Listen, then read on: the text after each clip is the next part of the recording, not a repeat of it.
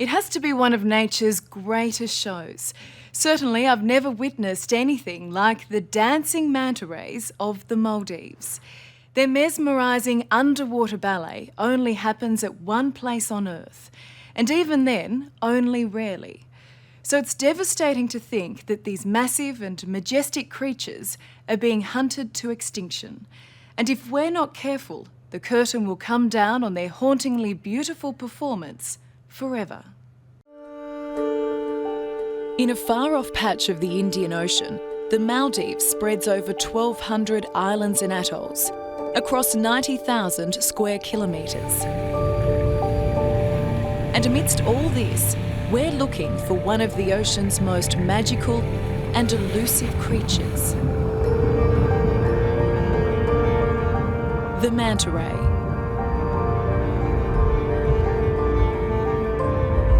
They're beautiful to look at, they're extremely graceful, elegant creatures.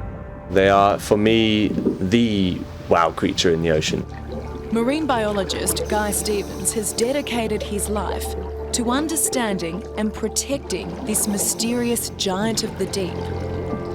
I've seen lots of really cool things, and hopefully I'll see many more cool things, but I've yet to find an animal that's quite so cool as the mantas.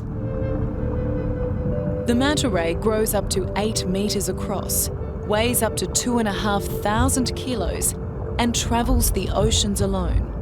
And that elusiveness makes it an intensely difficult subject for scientists like Guy to study. One of the really amazing things about manta rays is that they just move around individually. And so they spend most of their time wandering around, searching for, where they can feed on the plankton. We can, learn so much by observing them really, really close. And for a large, animal like manta rays in the ocean, that's usually quite difficult to do.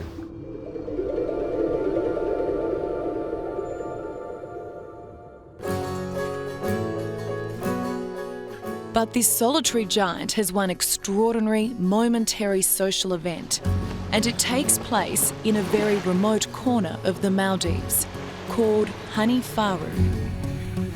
And that's where we're headed. Basically the whole of this reef from the island over here, the whole lagoon area, that's now part of the Hanifaru Marine Protected Area. Thanks, mate. I'm going to head up this way with the camera and I'll follow you and Alison, okay? Guy's invited Australian and fellow marine biologist Mark Meakin, a specialist in measuring marine creatures. They're hoping Mark's purpose-built stereo camera will provide a critical piece of data to unlocking the manta mystery. The key bit of information he lacks is growth rate. You need to know how fast an animal grows to work out how resilient the population is. How much impact can it take from fishing? How much impact can it take from humans? If they grow really fast, then they replace themselves quickly and they can sustain a bit of damage.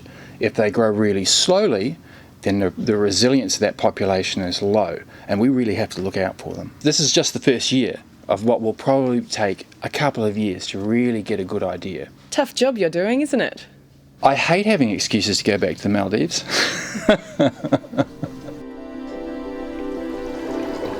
It's not the turquoise waters and pristine beaches that attract the mantas to the Maldives. It's a very rare feeding bonanza at Hanifaru Reef. Hanifaru is all about the food, so if there's lots of food in the bay, the mantas come to feed on it. No food, no mantas. Mantas feed on plankton, and we're searching for a patch of sea no bigger than a football field, where that plankton is super concentrated. It's like looking for a drop in the ocean, but if we find it, Guy says we'll find mantas, not one or two, but hundreds.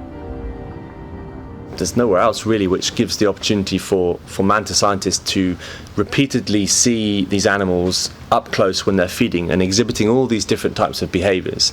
That's one of nature's, all-time spectacles. But Guy has discovered that for this rarest of events to occur, there must be a perfect alignment of the tides and the lunar cycle. We're heading into the darkest night of the month, and out there, just beyond the reef, tides are stirring that will channel thousands of tons of plankton into a tiny section of the ocean. And that, we're hoping, will draw the manta rays out of the depths. For me, it's the most amazing thing in the world. I mean, you have, you can have these massive concentrations of plankton, massive concentrations of mantas feeding on it, and it's all in such a small area. Something the size of a football pitch. So the fact that they're right there, all around you together is pretty spectacular. And what are you hoping to see? Well, I'm hoping to get up close and personal with a manta ray.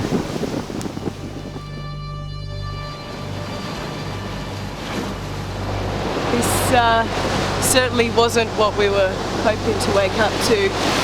The moon and the tides might be perfect, but the weather has closed in every direction.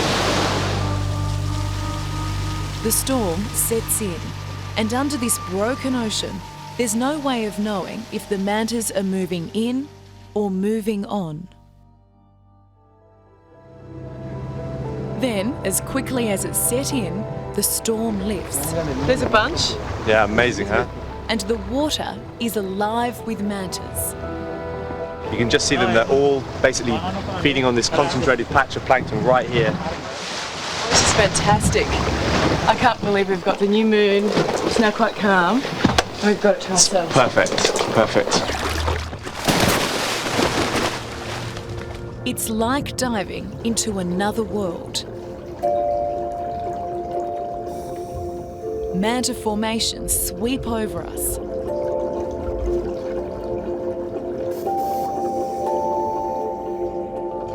And as the scientists document this extraordinary gathering, I just watch in wonder.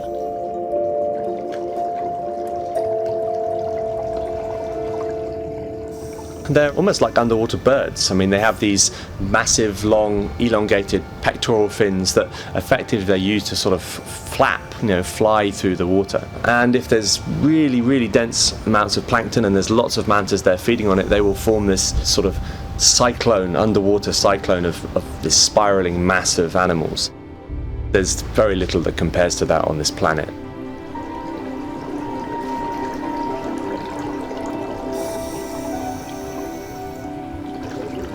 That was truly, truly spectacular. That would have to be, I think, one of the best animal experiences you can do on the planet. It's kind of a mix between eagles and small trucks, really, isn't it? Or something. Like everywhere you look, it's like mantas barrel rolling in chains, and it's just an amazing sight, it really is. But while mantas are protected in the Maldives, half an ocean away, they're being fished to oblivion. The commercial fish markets of Sri Lanka. Grisly evidence of a pointless slaughter. They're selling these animals for, $40 for a whole manta ray. That scares the hell out of me that these animals are worth so little, and it doesn't take much to completely, wipe out a population. The mantas aren't even being killed to eat. The meat is thrown away. They're wiped out for their gills, which are dried, pulverised, and sold as a bogus cancer cure in Chinese medicine. We're killing these absolutely beautiful animals and we're turning them into a powder. Tough to see. Very hard to watch. But there's real hope here. Back in the manta's haven of the Maldives, tourists are starting to converge on this undersea refuge, representing both threat and possible salvation. It's a great outcome that people think about these animals in terms of tourist dollars rather than just a dead animal hauled out in a fish dock. That's a really good thing. But the problem with all these things is that they're a victim of their own popularity, and we stand a good chance of loving them to death. But Guy has convinced the Maldivian government to regulate tourism at this unique place. We have to find a balance, we have to find a compromise to ensure that both people and the animals will be able to continue to enjoy this site for the future. Right now, the mantas of the Maldives are living proof that every endangered species needs a human champion. Every animal has the right to exist and to deserve to continue existing. We don't have the right to make any creature extinct on this planet.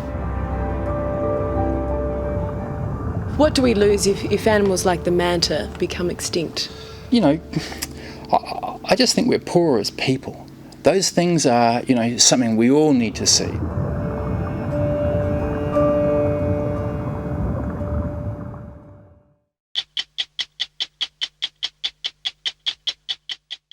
Hello, I'm Adam Hegarty. Thanks for watching 60 Minutes Australia. Subscribe to our channel now for brand new stories and exclusive clips every week. And don't miss out on our extra minute segments and full episodes of 60 Minutes on 9now.com.au and the 9Now app.